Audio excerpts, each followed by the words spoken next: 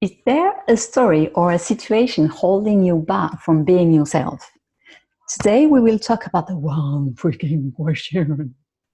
We'll talk about private speaking and how owning our story, and especially the one freaking question, can set us free.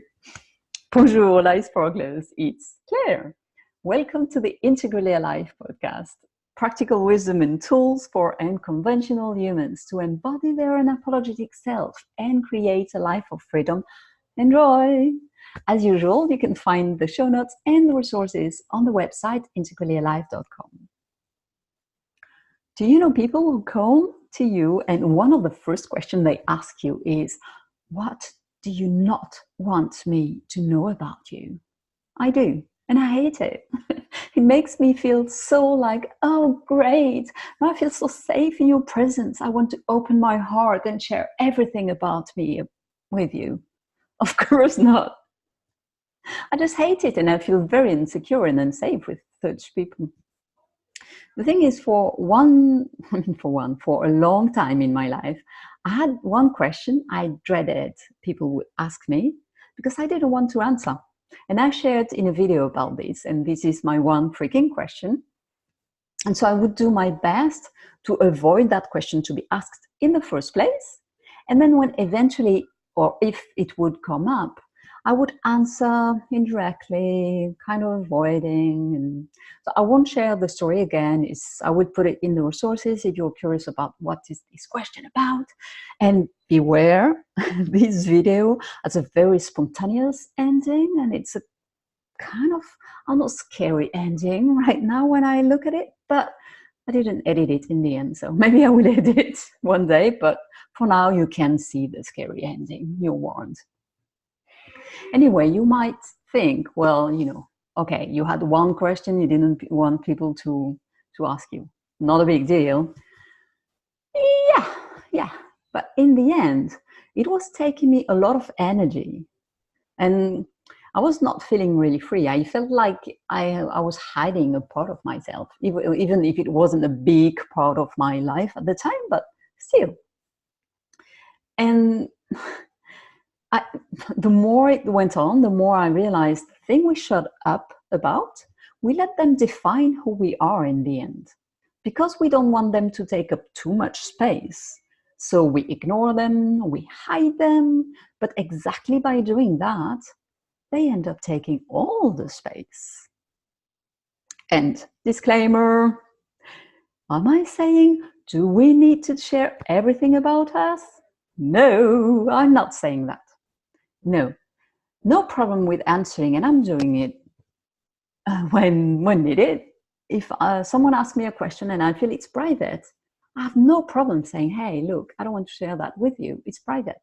And sometimes some people you are not intimate enough to trust and open your heart to, it's okay to not share everything with everyone. But if there is something in particular that you are spending too much energy to hide, that's a sign. If there is something that repeatedly you're like, no, I don't really want to go on that, side, that's a sign. And just imagine, what is the first thing you have to do when you don't want to think about something? Like if right now I tell you, don't think about a cat playing volleyball on a beach. What are you doing now? What is the first image that comes into your mind? Yeah, a cat playing volleyball on the beach, or you're a robot. Get out. So yeah, you don't want to think about it. Well, first you think about it and then you unthink about it. It's the way our mind works. And it's exactly the same with what we want to hide.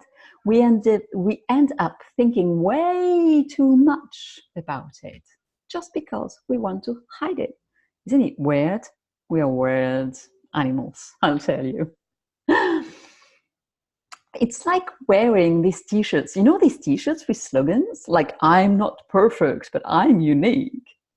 Well, except we wear it backwards. So we cannot see it, but everyone else around can see. And maybe they cannot really read what's written on it, but they can feel there's something wrong. There's something is wrong, something is off. And one big downside of this, of course, is then you cannot be authentic, of course. And it's very hard to connect on a deep level with people when you're not being authentic. I mean, wearing the happy face mask is not helping anyone. So, how do we quit this mask? And again, very important, it's not about sharing everything that's going on in your life, past and present, with everyone. It's absolutely not about that. I hope you can understand this very big distinction. But my guess is if you have this one freaking question in your life, then you know exactly what I'm talking about and you can tell the difference. So how do we quit the mask? Well, now comes the magic. Because the day we relax, the day we become okay to answer that once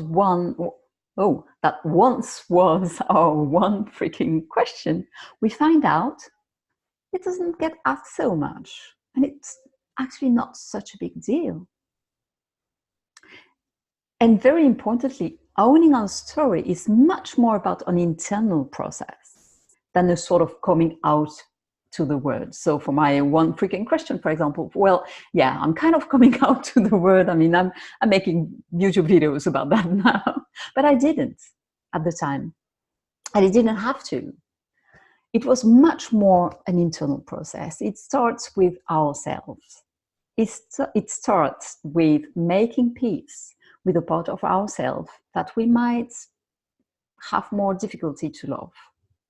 It starts with understanding that everyone has or has had their one freaking question at some point. And that many people would actually recognize themselves in our struggle. And this is super important. You are never alone. Whatever you're going through or whatever you've been through, you are never alone in that. So owning our story means loving the whole of who we are and who we were, no matter what we think the rest of the world might think about it, because guess what? It's just a thought. It is just a thought. We have no way except asking them to know what they think, really. And it shouldn't be our problem. It's theirs. Okay? Owning our story means being free to be, independently of our situation, past or present. You are not your story. The day you are not defined by your situation, the day that you are not owned by your story anymore, the day you speak up, even just for yourself, with yourself, you are finally free to be who you are. And that, my friend, is a great gift. And another side effect that comes with that is not only you are finally free to be who you are, you're also giving permission to whoever you are with to be themselves. Isn't that cool? It's about the best gift you can ever give someone. So am I telling everyone has their own one freaking question? No. Maybe you are at one point in your life when everything is great and you're totally 100% happy with who you are, what you're doing, and I'm very glad for you. And wish I could be with you. Yeah, but I'm very glad for you. And if it's the case, great, good for you. But then I wouldn't be surprised that at one point you had one question like that and you made friends with it and now you're okay. So did you have a story that holds you back? Because right now is a great time to set it free and yourself with it. And that is one of the first private speaking skills. One of the most important, owning our story. I will explore more aspects of private speaking in the next podcast because it's a big part of my work and what I'm facilitating people into. And I believe it should be taught at school, because magic happens when we learn to communicate differently, starting with ourselves. And by magic, I mean real life changing, changes that we didn't think were possible before. So that's what I hope for you. And that's it. That was your weekly dose of fierce love. A mix of love and brutal honesty. Boom! Life just got easier. Don't thank me. Thank you for showing up to your unapologetic self. And if you like it, great. Thank you. You want more? Subscribe so you get your weekly dose. You want even more? Hop on my socials and share your thoughts and comments. I love to read them and reply with fierce love. So stay tuned for the next episode. Au revoir.